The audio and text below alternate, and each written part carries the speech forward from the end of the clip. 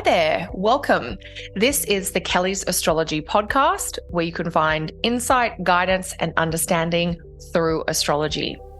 I'm Kelly, and I'll be your host.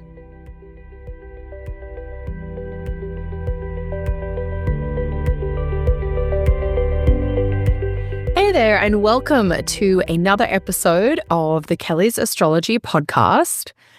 In this week's episode, I am going to be talking about the full moon in Gemini. Now, this full moon in Gemini looks quite spicy and also secretly helpful. So I want to dive into those themes. The full moon in Gemini will arrive the first week of December.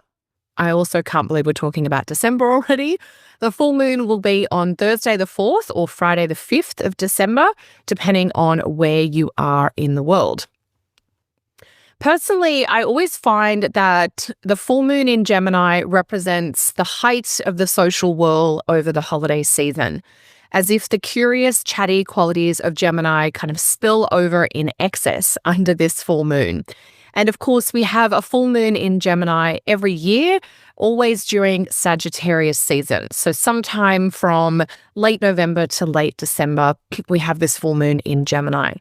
If you're someone who likes to send holiday cards or an annual greeting card, this is a really fun lunation to get writing and get posting.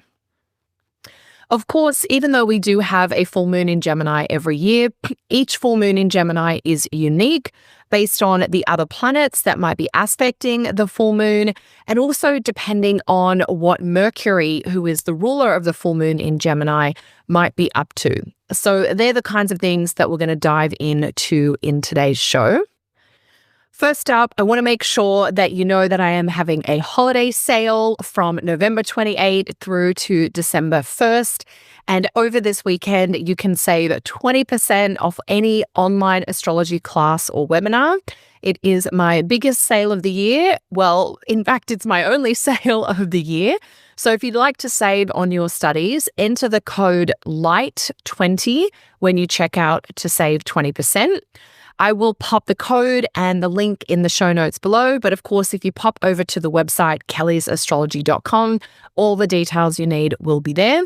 And you could also take a look at the wide range of astrology classes and workshops that are available for instant download. All right, so let's get back to this full moon in Gemini. So the full moon is at 13 degrees of Gemini, and it's on the 4th or 5th of December. And what that means is really on the night of the 4th of December, depending on where you are, but really the night of the 4th is going to be this beautiful, big, bright full moon. And that means you might be buzzing with ideas, too busy in your mind to sleep, or you might find you want to chat away long into the evening. Under any full moon, you can expect emotions to be heightened. And so with this full moon in an air sign, that might lead to lots of talking, lots of interaction, and lots of socializing, as if you and everyone around you is trying to manage that flurry of energy inside by chatting away, exchanging ideas, sharing information, and chatting about your interests. So this full moon in Gemini has a spicy side, thanks to Mars, and it also has a hidden depth, which can point to sources of support or opportunity, and that's thanks to Mercury. Mercury, of course, is the ruler of the full moon in Gemini, and Mercury is currently in Scorpio. So let's talk about the heat and the spice that is coming from Mars first, since that is likely to kick in a little sooner, within 24 hours of the full moon itself.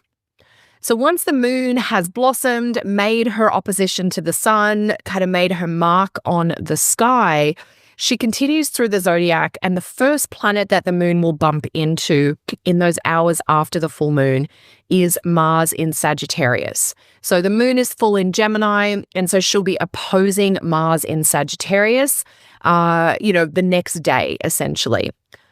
And what that means is even though the moon-Mars opposition doesn't peak until the day after the full moon, it is baked into the full moon. So we could say that Thursday, Friday, or Friday, Saturday, depending on where you are, is full moon in Gemini energy and moon opposite Mars energy. And so with this Mars influence to the full moon, we get heat, and we might get an experience where a simmering frustration boils over. The heat of Mars can be energizing and activating, but it can also be aggravating. So that's what we kind of have to be navigating here. With the full moon opposite Mars, what's illuminated at this full moon might be some anger or annoyance, or it could be some impatience about things not moving quickly enough. And there is a potentially volatile quality that comes out thanks to the moon being so big and so heightened and opposing Mars. So with that kind of in mind, we want to watch for sharp words or a heated interaction around this full moon. It does mean we might be involved in an encounter that's got this really testy, kind of tense quality to it. But this full moon, even with that tension, may help bring truths forward. And what that kind of, is suggesting to us is that with the moon opposite Mars, especially with the moon so big, so full of feeling, that we've got that opposition to Mars, we're going to have this instinctive, reactive quality come forward. And that means that no one is going to be able to fake anything. They're not going to be able to fake being nice. They're not going to be able to fake enthusiasm. And so if people are showing you enthusiasm, or if you are feeling motivated and really kind of swept up and passionate about something under this full moon, that's going to be really genuine. It also means that any differences that come forward are probably genuine as well, and therefore we want to talk them through. So with an opposition to Mars in the mix under this full moon, you might need to address a disagreement very directly in a kind of head-on manner. You might find yourself having to navigate some tension or friction, the idea that you're getting clear that someone you are in connection with wants to do things the complete opposite way that you do. And instead of just trying to bumble along, we want to address it, maybe talk about it, maybe thrash it out. You might realize that a decision you've been contemplating actually needs to be made sooner rather than later. There is a kind of quick do-it-now urgency to this full moon opposite Mars aspect, and that is going to bring a decisive quality into the mix. For each of us, the challenge is to use that decisive energy to make a decision we've maybe been pondering for a while, rather than to be decisive about something in a reactive way. So that's kind of part of our journey with this full moon. This is very much a kind of rip the Band-Aid off vibe. We're not trying to prolong things or draw things out. We're kind of straight to the point, dealing with what needs to be dealt with. It's sort of a do what needs to be done, say what needs to be said, be as direct and clear as you can. Let's get in there. Let's get things on the table. Let's get a decision, and let's keep moving forward. And that might be a little uncomfortable in the short term, because we know with Mars, there's a bit of an abrasive or sharp quality, right? And that means nobody is being super diplomatic, in this kind of combination of planetary energies. We're just kind of getting down to facts, or getting down to truths. We're getting it done. And we may have a few kind of bruised people or bruised hearts afterwards.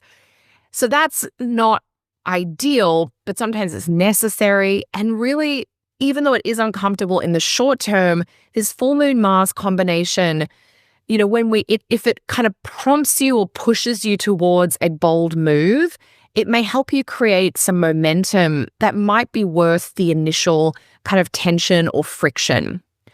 So a different way to think about this is moving forward requires navigating some friction and tension. So how are we going to do that in the clearest, most matter-of-fact way possible? So that's going to be the trickiest influence on this full moon, the opposition to Mars in Sagittarius. So let's switch focus now and turn our attention to Mercury, the ruler of the full moon. And here we see a totally different story and a totally different kind of energy emerging. So Mercury is also important in the context of this full moon because it is the ruler, the guide, the manager of the full moon in Gemini. And if we look at Mercury, we see Mercury in Scorpio, where it has just stationed direct. So Mercury, the ruler of the full moon, is in cleanup mode after its recent retrograde. Mercury is ready to make improvements. Mercury is ready to put a revised plan into action. So that is helpful. The idea here is that this full moon might be burning off lingering worry. It might be burning off stuff from the past. And Mercury in Scorpio is sort of saying, let's be really strategic. Let's make sure we have a plan. Let's make sure we know why we're doing what we're doing, and let's get on with the plan. And, with Mercury, the ruler of the full moon, coming out of its retrograde, we are ready to, if we have to go back over territory again, if we have to go back over a conversation, if we have to revisit something, we're happy to do that, but we're revisiting it for the last time. This is the final round of revisions, and then we are moving forward. So with Mercury, the ruler of the full moon, now going forward and direct again, this is really about looking forward. We're not kind of continuing to go back over the past.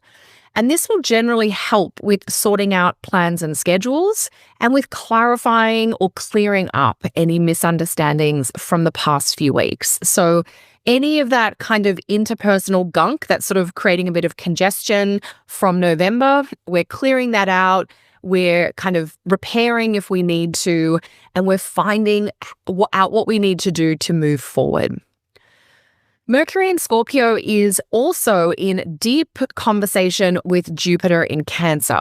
So Mercury is the ruler of the full moon, and the main aspect that Mercury is involved in is this trine to Jupiter in Cancer. And so that is a supportive and helpful aspect. So once we've dealt with any tension that's kind of on the surface and we get underneath it, we're going to realize there is willingness to cooperate or collaborate that we want to tap into. Now, Mercury, of course, is a planet to do with paperwork and documents and agreements. And so with Mercury, the ruler of the full moon in Gemini, in aspect to Jupiter, you might be deep into sorting out paperwork or plans for a learning, studying, or writing project. Or you may be focused on clarifying and finishing off travel and adventure plans as well.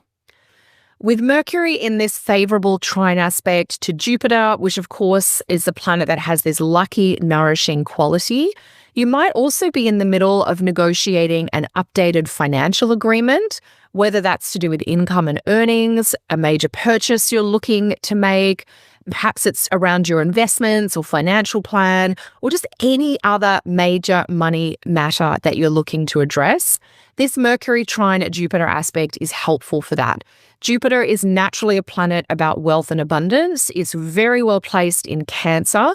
So the insight, the wisdom, the knowledge that you're tapping into about money or finance right now is probably high quality, and it's worth learning about that area of life if that's something you want to know more about.